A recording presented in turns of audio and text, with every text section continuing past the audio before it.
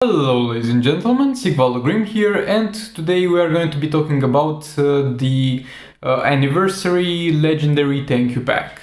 We are going to be taking a look at the chest, we are going to be analyzing the heroes that you can get from it, we are going to talk a little bit about the price, and then we are going to, as usual, draw some conclusions if in my opinion this chest will be worth your money and your expenses. Keep in mind that I try to come at this with a very unbiased opinion because while this is a game that I enjoy and that I want to be successful, at the same time I cannot recommend you buy something that is not going to be good value for your money. With all that being said, if you have any additional questions regarding this video or the game in general, feel free to ask them down in the comments. If you like this video, please leave a like. If you don't like it, leave a dislike and subscribe for more content like this in the future. With all that being said, let's get into it.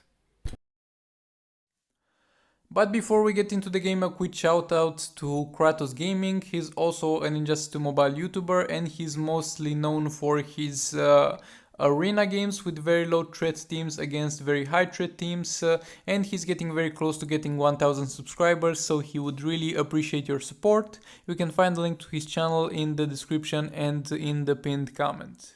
Okay, so this is the chest at the moment. Disregard the prices like the currency in my country, but it's going to be close to $50.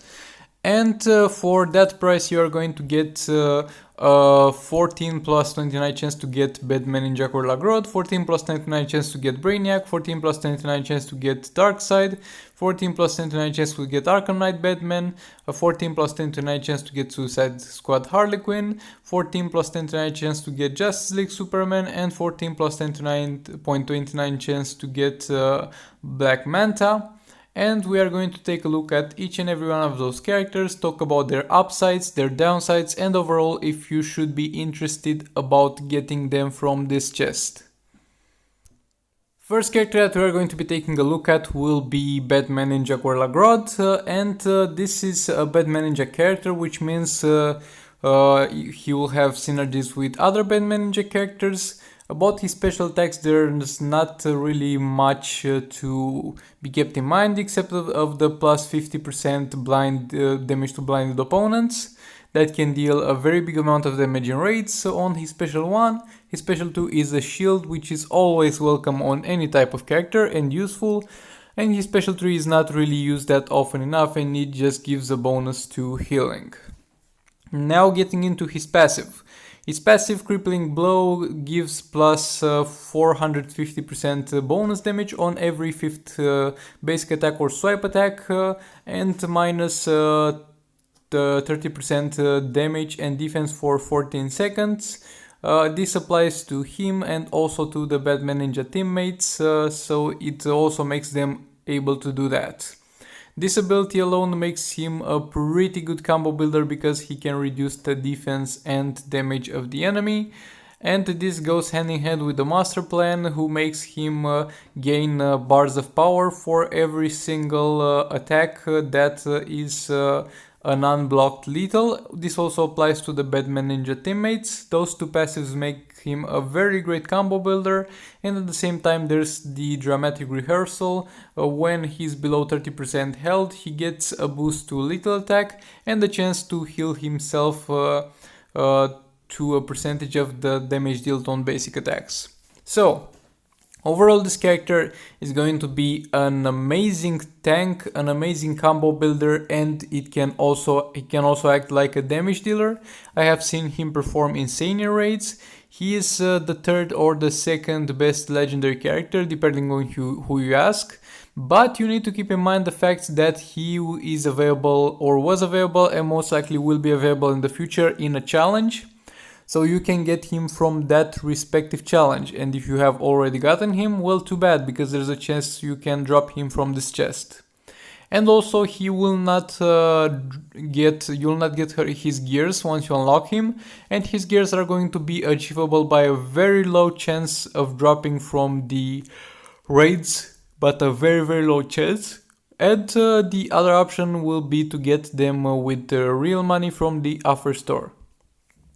So overall, Batman Ninja Gorilla Grodd is a great legendary character, a very good addition to your collection, but he is available in a challenge, was and most likely will be available in a challenge, and he does not come with gears. Let's get into the next character now. Another legendary character you can get from there is going to be Brainiac. Let's take a look at his abilities.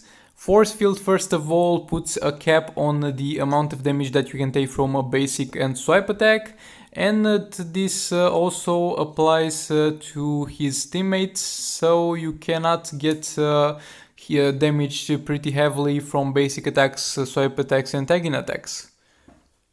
His second passive is going to be Living Metal, and he's going to be increasing the attack, health, lethal chance and lethal damage of all the legendary characters that are in his team. This makes him a good support for legendary characters. And his third passive is not very relevant. He takes control of an enemy tech opponent that he might kill in Arena and Champions Arena. And his abilities are nothing to brag about. This is the worst cloning ability. It's a clone that deals a very low amount of damage, and once it uses a skill, it's going to be destroyed. His second ability is going to increase the amount of lethal damage he does, though it's not very effective, and his first ability is going to increase the lethal chance for every unblocked special one that you might use. Also keep in mind that this is not going to perform extremely well. I've seen people trying to build him as a damage dealer and it did not work. So, overall Brainiac will be a great support for legendary characters, especially for Black Manta, but if he is to be your only legendary character, he will be not very useful. And at the same time, Brainiac does have a challenge, so you can get him and also his gears from that respective challenge, and you don't have to get him via real money. And it's a decently easy challenge to do. A lot of people have additional shards for him and are willing to donate. By a lot of people, he is regarded as the weakest legendary. I tend to disagree with that, but we'll get into that later. But overall, he is not a must-have character. He's a character that in order to be efficient, you will need to have another legendary already, preferably Black Manta, and you can get him from the challenge. So this would be a terrible drop from the anniversary chest. Another legendary character that you can get from the anniversary chest will be Justice League Superman, and he is a great character. Let's take a look at his passives. First of all, the Batman vs Superman passive is going to give him increased attack for every Batman teammate or opponent and increased health for every Wonder Woman teammate or opponent. This does give him a lot of flexibility, and depending on what teammates you put him with, you can make him an unkillable tank or a damage dealing machine. His second passive, Do You Bleed, is going to increase the defense of Justice League teammates and legendary characters, and this of course also applies to himself. This is a great passive, it gives a lot of defense and is going to be very effective and useful for you. His third ability is going to be Protector, and when a teammate is to be hit with a special ability, he just tags in, deals a lot of damage and interrupts that special ability. And this can simply one-shot targets in Arena and Champions Arena, a very good ability to have for those two game mods. And his Charge Punch is nothing special, just raw damage. His Super Block is going to not only reflect incoming damage and decrease it, but also on top of that heal him, making this the best Super Block in the entire game. And his third ability is going to inflict burning on the targets. So because of all those things, he is most likely the best tank in the entire game and the second best legendary character in my opinion. But you need to keep in mind the fact that he does not come with the gears as far as I'm aware. So once you have unlocked him, you will not have any way to get his gears fast, so you will have to get them from random raid drops and those raid drops are going to be very rare, or from the offer store. But with all that being said, He is nevertheless a great character and a great legendary, and this would be actually a good addition to your roster if you were to drop him. Another legendary character that's going to be available in the chest will be Black Manta.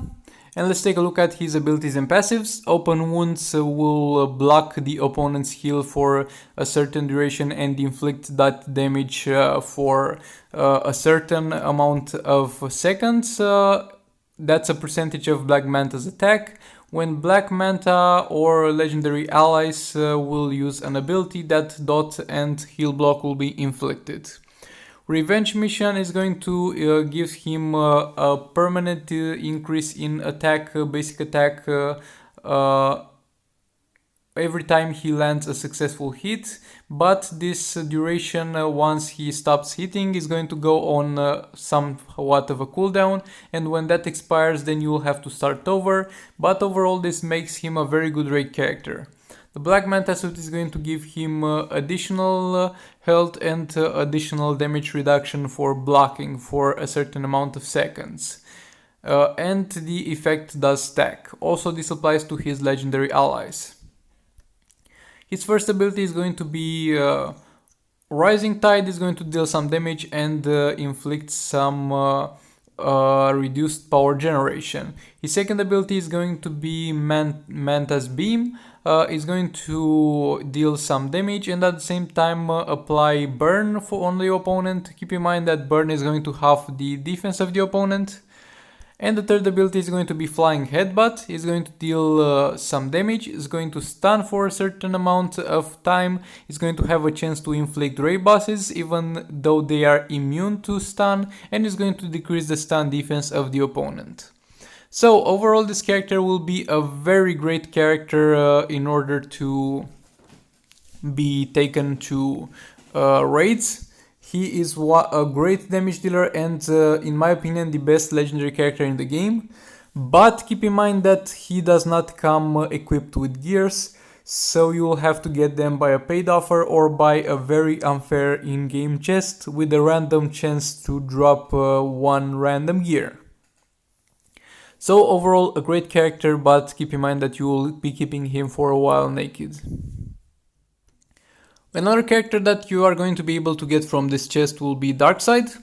And let's take a look at his abilities. First of all, Parademons. This is going to dictate the stats of the Parademons. Parademons are his third ability. He's going to summon a Parademon that will have a certain amount of attack and a certain amount of critical chance, and also the Parademons are going to absorb some stats from Darkside, and they are going to get improved by this passive, and you can summon up to 3 of them per battle. The sacrifices are necessary, makes it that first of all it's a barrier. Every time you lose more than 50% of your max health over 1 second, you'll get a barrier for 6 seconds. And this effect also applies to the teammates, so that makes him a pretty good supporting character. And when a character is going to die, it doesn't matter if it's a teammate, an enemy or a parademon, Darkside is going to get a boost in health and attack. And his third ability is going to be Apocalypse Bombardment. Every 10 seconds he's going to have a chance to fire a barrage of missiles that is going to deal damage to the enemy and interrupt him. But keep in mind this will also trigger if he is tagged out of the fight. His first ability is going to be Armor Piercing, and his second ability is going to have a Power Drain, and this will also enable you to use an infinite combo. So overall, this character is going to be a pretty average character when it comes to raid, maybe a little bit above average, and when it comes to arena and Champions Arena, he will be basically a monster and a very good character to have for those reasons. And surprise surprise, he does come with gears. You will be able to unlock all his gears through achievements. You will get, I think, 1 gear every 10 levels, and at level 50 you will get the last piece of his gears when he's level 50, and you can easily build him that way. He was back from when the legendary gear thing was more fair and the game was giving them out for free. So overall, this is going to be a great character to have, not the best legendary in the game, not a must-have character, but a fun character to play and a good character to have. And the last character on our list, actually no, I think there's also Harlequin to talk about. Yeah, we'll get into that after this one. So, Arkham Knight Batman is going to be the first legendary that was introduced in the game, and let's take a look at him and his abilities. First of all, his first passive is going to be Wayne Tech, which will increase the team hazard and hazard dot damage, increase the defense of Tech and agility teammates, and also increase the health of Tech and agility teammates. Those bonuses also apply to himself because of the fact that he is indeed a Tech character, and at the same time you should keep in mind that he is going to be able to boost Tech characters and agility characters if you do the teams properly. Then multi-fear takedown. This is going to make Batman or any teammate regenerate health and power after knocking out an opponent. The free flow counter is going to counter a certain amount of abilities used by meta-humans during a fight and stun them for a few seconds after their ability is going to be interrupted.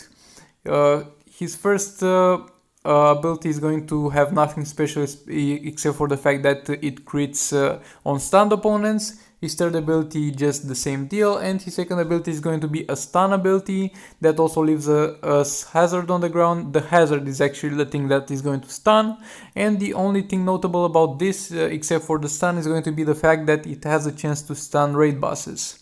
So Arkham Knight Batman is going to be a very good character in order to enable stuns on raid bosses, and that is why he's a member of one of the best, if not the best, raid teams in the entire game, along with Entangling Poison Ivy and Heartbreaker Harlequin.